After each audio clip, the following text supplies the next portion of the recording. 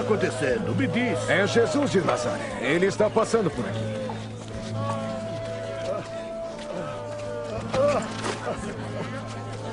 Jesus! Jesus! Filho de Davi! Tem pena de mim!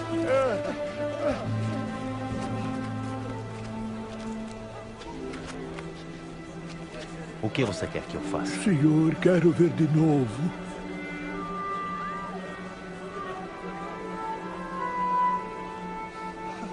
Então veja. A tua fé te curou. Eu estou vendo. Eu vejo! Eu posso ver!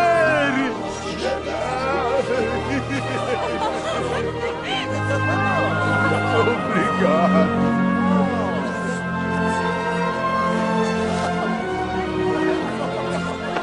Fala galera, eu tô aqui para compartilhar a segunda parte dessa nossa aula de hoje, que é Jesus e seu Ministério Público.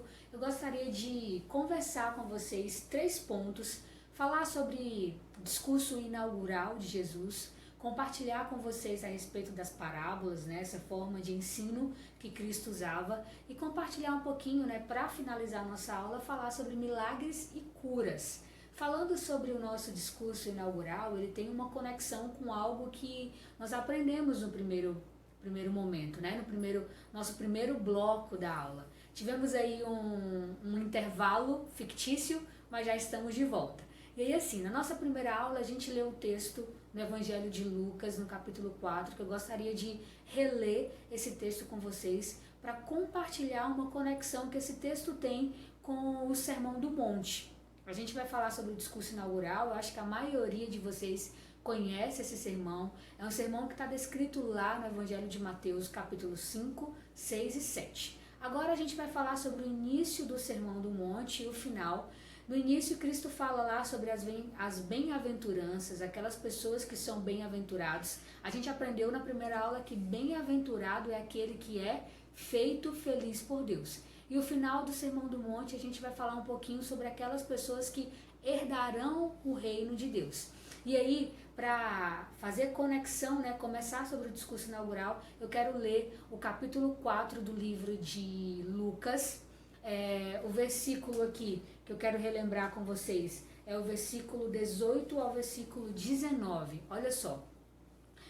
Vou começar aqui a partir do 17. E lhe deram o livro do profeta Isaías, deram a Cristo. Ele estava aqui nesse texto, lá na sinagoga, lendo o livro do profeta Isaías, explicando ali como rabi, como rabino. A gente aprendeu na primeira aula que um rabi é aquele que é um profundo conhecedor da lei, um profundo conhecedor da palavra de Deus, aquele que ensina pessoas. Naquela época eles ensinavam nas sinagogas, e aí Cristo estava lendo o livro do profeta Isaías, e eu vou aqui. E lhe deram o livro do profeta Isaías, ele abriu o livro e encontrou o lugar onde estava escrito assim: o Senhor me deu o seu Espírito, ele me escolheu para levar boas notícias aos pobres, me enviou para anunciar a liberdade aos presos, dar vista aos cegos, libertar os que estão sendo oprimidos e anunciar que chegou o tempo em que o Senhor salvará o seu povo. Por que a gente leu esse texto? Esse texto tem uma conexão direta com o texto do Sermão do Monte. Capítulo 5 do livro de Mateus fala que Cristo, ele subiu ali ao monte para pregar, ensinar aquela primeira mensagem. Não é aquela primeira mensagem, ele subiu ali ao monte para fazer o seu primeiro discurso, o seu discurso público, Ele ensinava, a gente está vendo aqui nos evangelhos que ele ensinava, ia nas sinagogas, pregava, falava sobre a palavra de Deus, mas me parece aqui, pelo que o texto bíblico fala, que esse é um dos primeiros discursos de Jesus. E aí eu quero ler com vocês aqui no livro de Mateus, capítulo 5, a partir do versículo 1, esse sermão do monte, que é o seguinte: quando Jesus viu aquelas multidões, subiu o monte e sentou-se.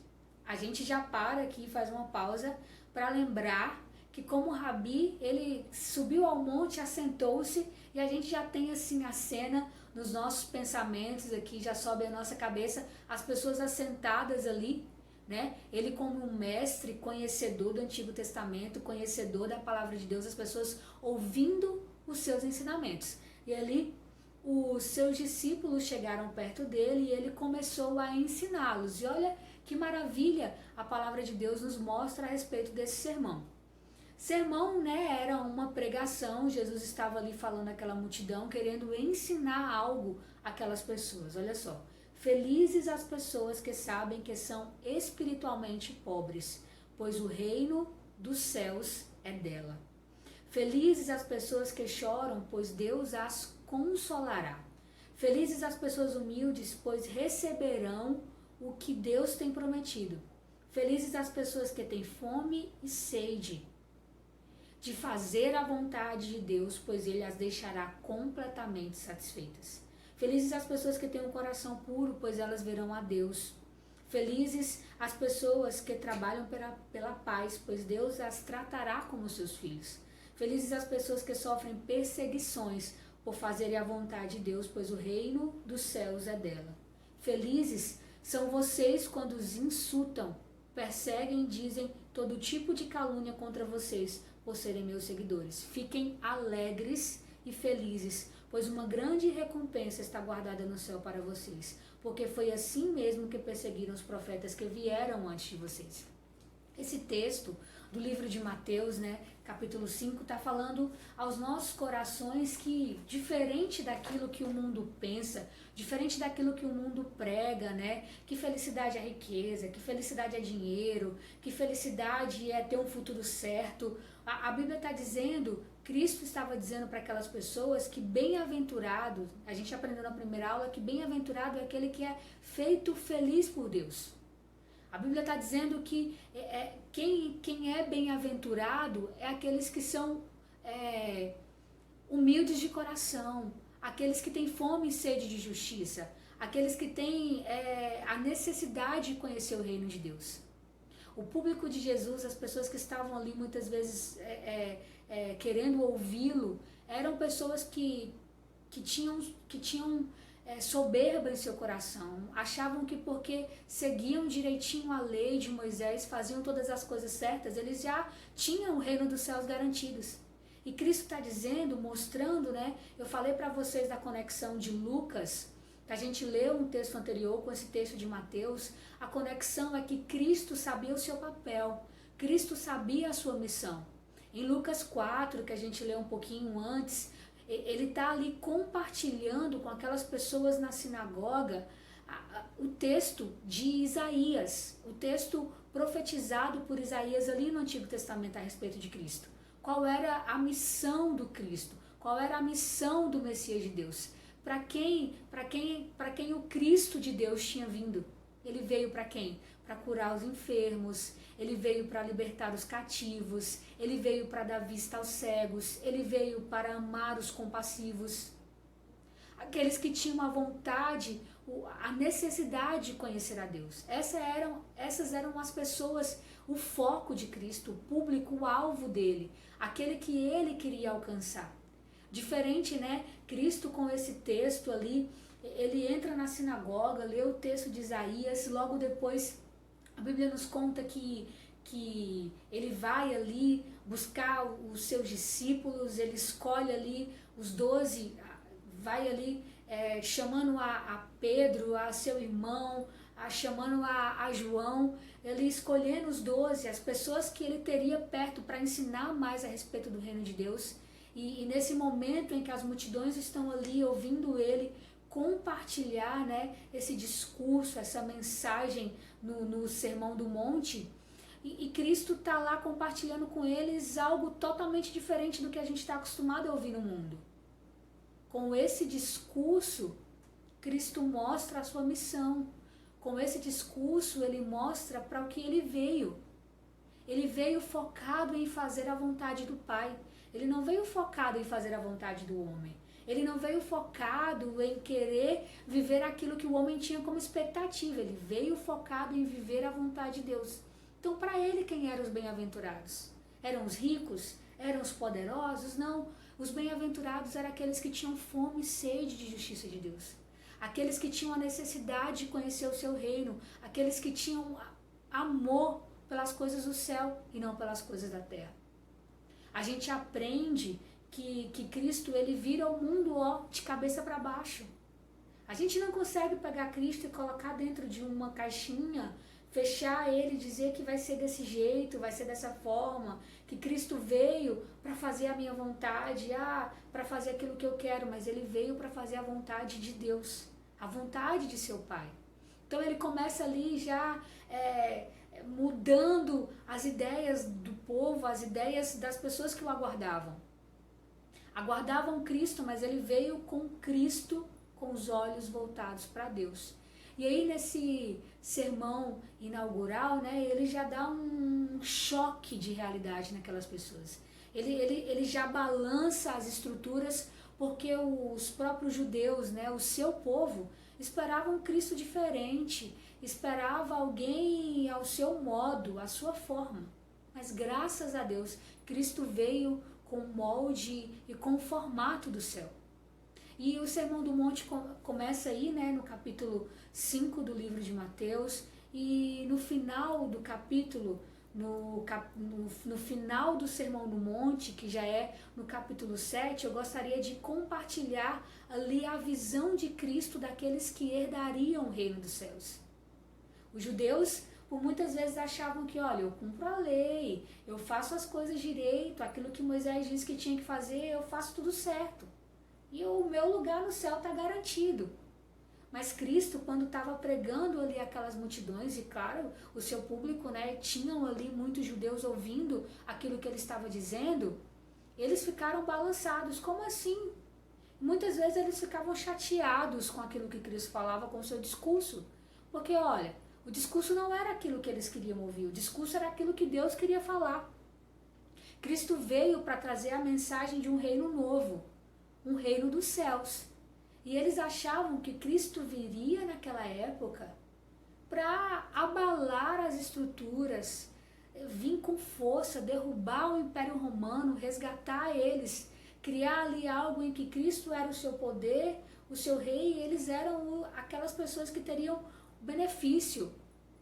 Os judeus, por muitos anos, a gente viu, eles sofreram muito na mão de muitos governantes. Então eles esperavam o Messias com força, o Messias resgatador. Mas Cristo veio como Messias e com a força do céu, não com a força que os judeus esperavam que ele vinha. E olha só, vamos ler aqui o capítulo 7. Deixa eu dizer para vocês qual versículo a gente vai compartilhar. Aqui em Mateus capítulo 7, o versículo que a gente vai ler agora sobre o versículo 21. Olha o que diz aqui. Não é toda pessoa. Mateus, só relembrando, eu dei aqui, acabei errando algo que eu estava falando, mas a gente vai continuar falando o Sermão do Monte. Pegar aqui a parte final, que é Cristo falando sobre aquelas pessoas que herdariam o reino de Deus. A gente começou relembrando, o Sermão do Monte começa em Mateus capítulo 5 e finaliza aqui no capítulo 7 do livro de Mateus. Eu vou ler com vocês aqui a partir do versículo 21. Eu vou ler o versículo 21 ao versículo 23. Olha o que diz, quem herdará o reino de Deus. Não é toda pessoa que me chama Senhor, Senhor, que entrará no reino do céu, mas somente quem faz a vontade do meu Pai que está no céu. Quando aquele dia chegar, muitas pessoas vão me dizer, Senhor, Senhor, pelo poder do seu nome anunciamos a mensagem de Deus, e pelo seu nome expulsamos demônios e fizemos muitos milagres. Então eu direi claramente às pessoas, eu nunca conheci vocês, afastem-se de mim, vocês quem só fazem o mal. Ou seja, as pessoas que vão herdar o reino de Deus são aquelas pessoas que Deus conhece. São aquelas pessoas que Deus verdadeiramente conhece o seu coração e conhece as suas obras. Não é porque as pessoas fazem, eu dou roupas em nome de Deus, eu dou comida aos pobres em nome de Deus, eu cumpro toda a lei em nome de Deus. Não é aquilo que você faz que vai fazer com que você herde o reino de Deus. Os judeus muitas vezes achavam que eu cumpro a lei e por isso eu já herdei o reino de Deus. Olha o que Cristo está dizendo. Quem vai herdar o reino de Deus? Isso serve para nós hoje. Olha a importância, não é o que eu faço, não é o que eu digo, não é o que eu ensino, mas é aquilo que Cristo vê no íntimo do meu coração quem eu sou. Não é o que eu sou, o que eu falo que sou. Quem vai herdar o reino de Deus é quem é verdadeiramente conhecido por Ele. Olha só, porque muita gente faz muitas coisas hoje, achando que elas vão herdar o reino de Deus, fazem muitas boas obras, achando que elas vão chegar lá no céu, vão ter os seus lugares garantidos, e está errado. Porque o que adianta fazer boas obras? O que adianta dar comida aos pobres? O que adianta dar roupa aos pobres? Fazer boas ações se no fundo, no coração, a gente não é aquela pessoa que Cristo quer que a gente seja. Quem herdará o reino de Deus é as pessoas que Ele conhece. É as pessoas que estão ali escritas no seu livro. As pessoas que são conhecidas por Ele. Então esse discurso inaugural, ele vem aí, né, mudando a forma que a gente enxerga o mundo. Cristo, nesse discurso ali no Sermão do Monte, ele vira o mundo ali de ponta cabeça. Porque não é o que as pessoas gostariam de ouvir. Ele fala a mensagem do reino de Deus. E a mensagem do reino de Deus é clara. Ele veio para as pessoas que precisam, para as pessoas que necessitam dele. A gente necessita dele. Todos nós precisamos. Todos nós, descendentes de Adão, que nascemos no pecado, precisamos desse amor, precisamos dessa graça, precisamos desse resgate. Então ele vem ali compartilhando com a sociedade daquela época o motivo pelo qual ele veio ao mundo, né? E é muito interessante ver ele como um mestre, ele como um rabi, profundo conhecedor da palavra de Deus, profundo conhecedor do Antigo Testamento, dos profetas, daquilo que foi profetizado acerca dele. E ele vem ali com sábias palavras. Cristo era conhecido como alguém extremamente ético, extremamente correto. Ele falava coisas bonitas, mas não eram coisas só para as pessoas admirarem. O discurso de Jesus, a mensagem dele era sobre o reino de Deus. E aí tem tudo a ver com o segundo ponto dessa parte da nossa aula. O nosso segundo ponto é falar um pouquinho sobre as parábolas, né? E a gente vê que as parábolas, elas são características da linguagem, característica da forma que Cristo falava com aquelas pessoas naquela época, né? A gente tem aí no registro dos evangelhos, a gente tem no registro dos evangelhos sinóticos. Relembrando o que é os evangelhos sinóticos. E eu sei que vocês sabem. Inclusive, meu amigo Gabriel Reis tem isso na ponta da língua. Os evangelhos sinóticos são Mateus, Lucas e Marcos, né? São os 3 evangelhos que contam a respeito da vida de Jesus, das suas obras, mas com visões diferentes, com óticas diferentes, né? Então esses três evangelhos sinóticos, eles trazem muitas parábolas, né? Acredita-se que existem nesses 3 evangelhos aí mais de 30 parábolas contadas e faladas por Jesus, né? Naquela época, os judeus, eles tinham esse formato, né? Cristo que descendia desse povo, Cristo que veio dos judeus, ele como conhecedor, como mestre, e foi sua característica a questão das parábolas, né? Os judeus, os mestres que conheciam o Antigo Testamento, que eram profundos ali nas leis de Deus, eles ensinavam muito por parábolas. Os judeus, eles usavam as parábolas para ensinar as pessoas, para compartilhar com elas de forma mais fácil. Parábola é aí uma ilustração, uma forma mais fácil de se comunicar uma mensagem com personagens, compartilhar uma mensagem ao coração de alguém e usar uma ilustração para que ela entenda de forma mais prática. No caso de Jesus, ele usava a mensagem, ele usava essas parábolas, mas não era nesse sentido de facilitar para que as pessoas entendessem ali rapidamente, né?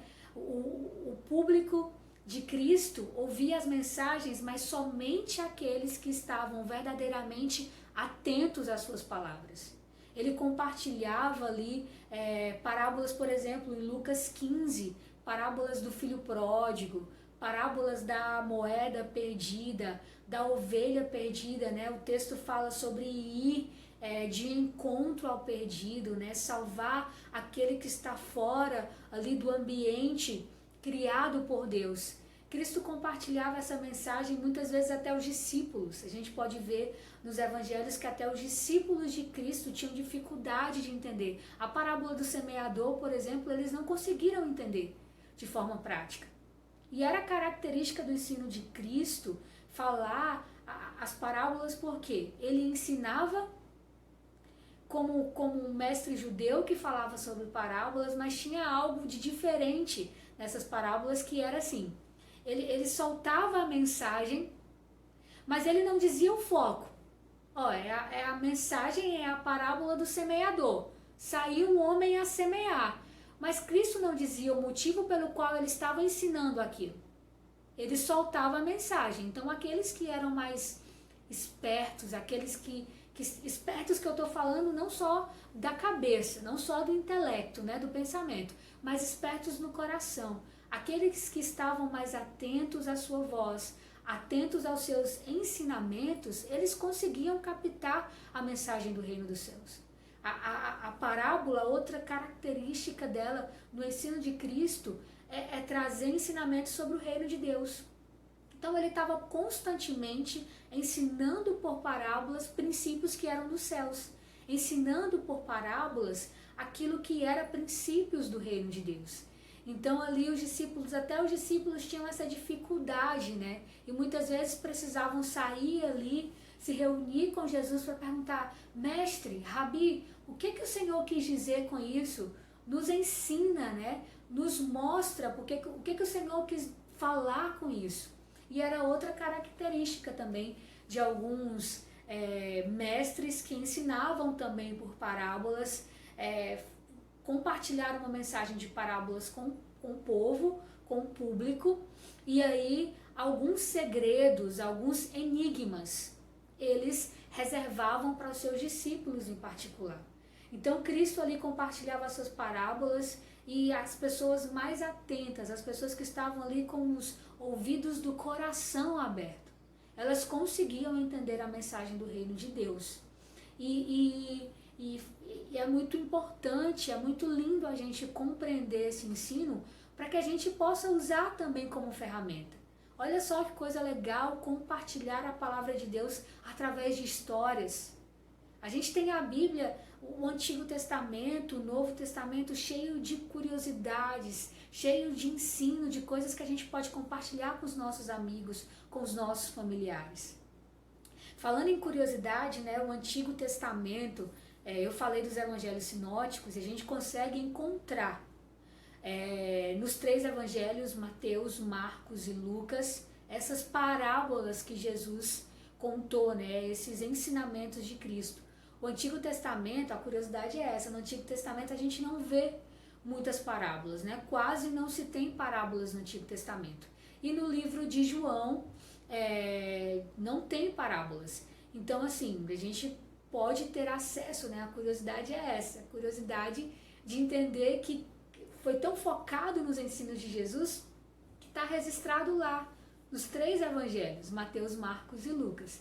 E para finalizar aqui um pouquinho do que a gente aprendeu hoje, eu quero compartilhar com vocês a respeito de milagres e curas, né? Finalizando aí o nosso entendimento sobre o ministério público de Jesus, falamos sobre o seu discurso inaugural, falamos agora sobre as parábolas, né? Uma forma que Cristo ensinava aos seus discípulos e às multidões. A gente aprendeu nessa aula o que é um discípulo, o que é um apóstolo, o que é um rabi. A gente aprendeu na aula anterior sobre as sinagogas, sobre as expectativas desse mundo e sobre as expectativas do reino dos céus. Para finalizar, falando de milagres, né? Milagres e curas é outra coisa muito presente nas obras de Cristo, no seu ministério, a gente consegue ter acesso a essas informações na palavra de Deus, no Novo Testamento, e milagres é uma coisa extraordinária. Milagre é aquilo que não tem como naturalmente acontecer. Milagre. Aconteceu assim do nada. Cristo foi lá e multiplicou pães e peixes. Cristo foi lá e disse para Pedro, olha, lança as redes. E Pedro fala, mestre, a gente passou a noite toda tentando pescar e não conseguiu. E Jesus fala, lança as redes. E Pedro lança as redes mais uma vez e consegue ali pescar uma quantidade de peixes que quase fez o seu barco e o outro barco afundar. Então, milagre é algo extraordinário e é presente no ministério de Cristo porque é afirmando que ele é o Messias, mostrando pra gente, mostrando para as pessoas daquela época o poder sobrenatural que habitava nele, o poder do alto, o poder do Pai. As pessoas não estavam acostumadas a ver milagres todo o tempo, toda hora. A gente não está acostumado a ver milagre todo o tempo, curas toda hora. Então, Cristo veio ali com o sinal dos céus. Os milagres e as curas mostravam quem ele era para aquela sociedade, mostravam quem ele era para aquele tempo, mostram quem ele é nos nossos dias de hoje.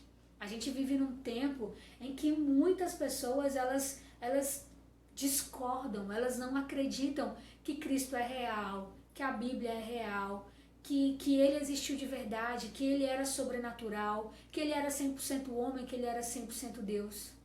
E os milagres e as curas que Cristo operou nesta terra mostram e afirmam, porque nós conhecemos e nós somos convencidos pela palavra de Deus de quem ele era.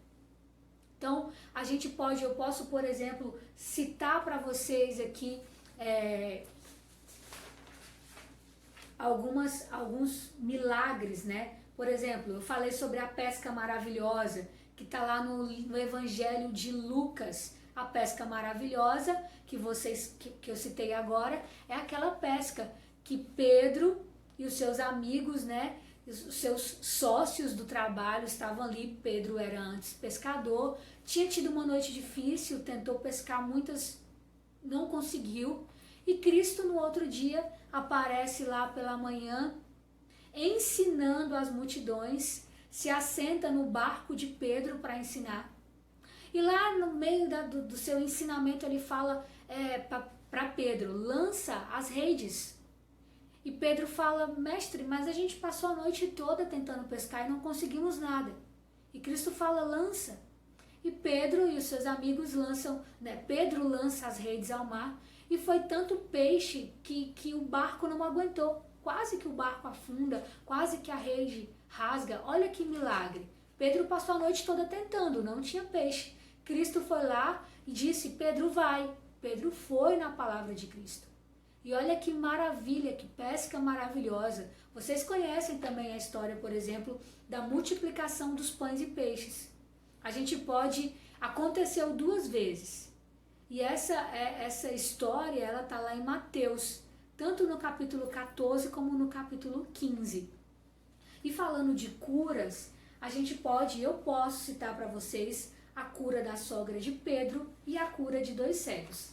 A sogra, né, de Pedro estava lá com febre e Cristo só deu uma ordem para a febre sair. E a febre saiu. E a Bíblia fala que as pessoas puderam ver ali aquilo que as pessoas do Antigo Testamento falavam a respeito da pessoa de Cristo. Estavam vendo com seus próprios olhos as curas acontecerem. Ele deu vista aos cegos, fez pessoas que não andavam andar, pessoas que não tinham a mão aparecer. Então, assim, milagres e curas seguiu o ministério de Cristo. Então, com a nossa aula de hoje, né, eu gostaria de compartilhar com vocês, na verdade eu compartilhei com vocês os feitos de Jesus, os feitos maravilhosos dele nesta terra. E aí eu quero deixar aqui uma tarefa, viu? eu não lembrei da tarefa da aula anterior. Quer dizer, eu não esqueci da tarefa da aula anterior.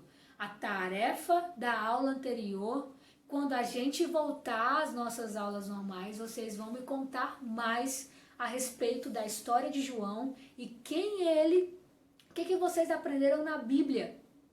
Ele como anunciador das boas obras. Vocês vão me contar mais o que vocês aprenderam na Bíblia sobre João e sendo o anunciador das boas obras. E o que eu quero que vocês façam agora, anotem aí, viu? Pais e mães, me ajudem a cobrar. Eu quero que eles façam uma pesquisa no Evangelho de Marcos, que é o Evangelho menor. Façam uma pesquisa no Evangelho de Marcos. Nina, eu preciso de água. Eu já falei muito e eu preciso muito de água. Nesse momento eu não tenho você para pegar água para mim. Então eu vou aqui, ó, engolir um pouquinho aqui da saliva, né? Engolir um pouquinho do cuspe para terminar essa aula. Então a nossa tarefa de hoje, que eu vou cobrar quando a gente voltar, é que eu quero que vocês peguem o livro de Marcos e façam uma pesquisa. Eu quero que vocês anotem no livro de Marcos, para mim, quantas curas e quantos milagres e quantas parábolas vocês encontraram no livro de Marcos. Eu quero, não tem uma resposta certa, não tem uma resposta errada. Eu quero que vocês anotem para mim a quantidade de parábolas que vocês perceberam, a quantidade de curas que vocês perceberam, que Marcos está ali falando que Cristo fez. E eu também quero que vocês anotem os milagres que vocês percebam ali no livro de Marcos e me tragam. Eu quero anotado, viu? Pais e mães, me ajudem. E agora eu vou encerrar a aula, porque como eu já falei aqui, ó, quase 31, quase 32 minutos, eu tô com a garganta seca, precisando muito, muito de água. Eu tô com muita saudade de vocês, eu espero realmente que essa quarentena acabe logo, que o Senhor nos guarde, que o Senhor guarde a casa de vocês, que o Senhor guarde a família de vocês, que nesses dias toda necessidade que vocês tenham seja suprida. A gente aprendeu hoje que Cristo, Ele nos deu aí o benefício de curas, de milagres, de coisas extraordinárias. Milagre é aquilo que acontece de forma extraordinária.